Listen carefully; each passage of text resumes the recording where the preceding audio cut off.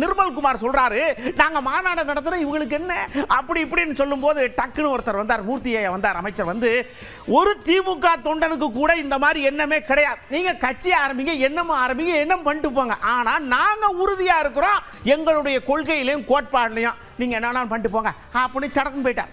அவர் செஞ்சிருக்கிறாருன்னா அதை விட ஒரு பங்கு மேலே செய்யணும்னு தான் நாங்கள் நினைப்போமே ஒழிய, இந்த சில்லித்தனமான வேலையெல்லாம் எந்த காலத்திலையும் திமுக ஒரு காலத்திலும் செய்யாது. அவர் சொல்கிற மாதிரி சேறு கொடுக்கக்கூடாது, இந்த வாக்காளர் தோன்றது இடையூறு, அது திராவிட முன்னேற்ற கழகத்தில் இருக்கக்கூடிய ஒரு தொண்டன் கூட அந்த பணியை செய்ய மாட்டோம். அவங்க சொல்கிறது உண்மைக்கு மாறான செய்தியை சொல்லியிருக்கிறாங்க. எதுக்காக சொன்னாங்க, யார் சொல்லி சொல்கிறாங்கன்னு உண்மையிலே எங்களுக்கு தெரியாதுங்க.